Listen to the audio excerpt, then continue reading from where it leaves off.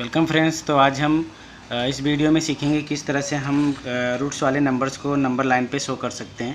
तो हमें first find करना है √3 को हमें शो करना है नंबर लाइन पे, लेकिन √3 फाइंड करने से पहले हमें √2 फाइंड करना पड़ेगा।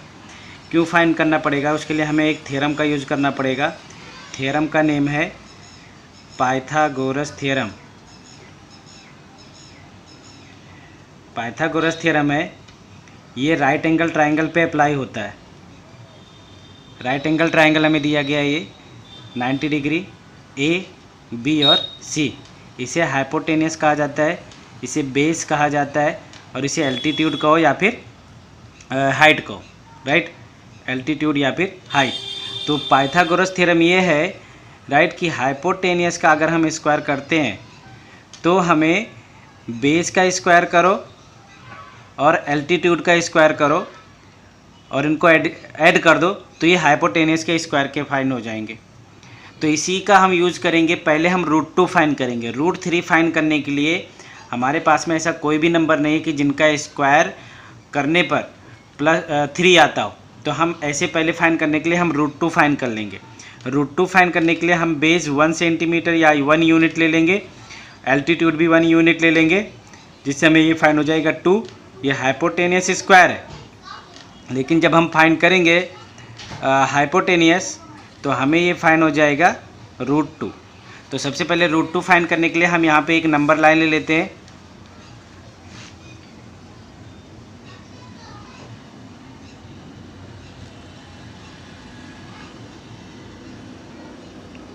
नंबर लाइन ले मैं यहाँ पे 2 सेंटीमीटर का एक यूनिट ले लेता हूँ कि जिससे हमें इजीली दिखे, क्लियर दिखे हमें, राइट।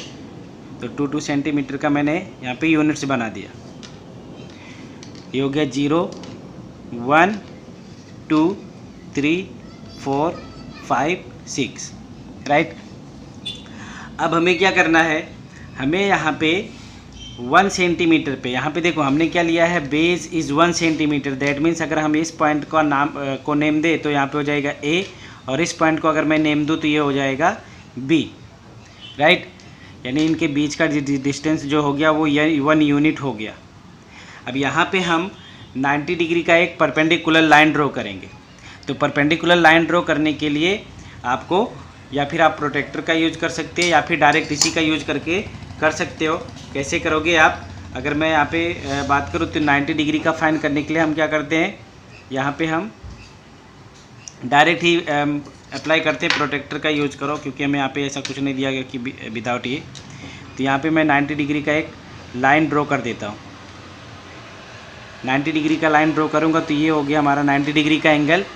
अब यहाँ पे हमने 2 सेंटीमीटर को या 1 यूनिट लिया है, इसलिए हम यहाँ पर भी 2 सेंटीमीटर पर एक पॉइंट क्रिएट करेंगे। तो ये हो गया पॉइंट C, राइट। अब हम A और C दोनों को ज्वाइन कर देंगे। A और C को ज्वाइन करोगे तो यहाँ पे देखो ये भी 1 यूनिट है, ये भी 1 यूनिट है, और हम ये फॉर्मूला अप्लाई करेंगे तो हमें फाइंड हो जाएगा, ये जो पोर्शन है वो √2 फाइंड हो जाएगा। अब √2 फाइंड करने के लिए हमें करना क्या है, A पॉइंट पर इसे रखो और C पॉइंट तक का डिस्टेंस ले लो। कि C पॉइंट तक का जो डिस्टेंस है वो डिस्टेंस लेकर यहाँ पर हम नंबर लाइन पर एक आर्क ड्रॉ कर देते हैं, जिससे हमें एक पॉइंट फाइंड हो गया M। इसे नेम हम दे देते हैं M, और ये हो गया हमारा √2। यहाँ तक का पूरा जो डिस्टेंस है वो पूरा √2 हो गया।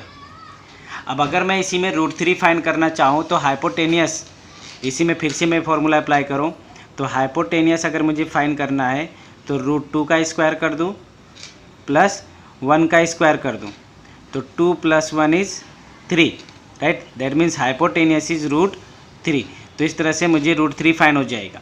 तो √3 फाइंड करने के लिए फर्स्ट ऑफ आपको √2 फाइंड करना पड़ेगा।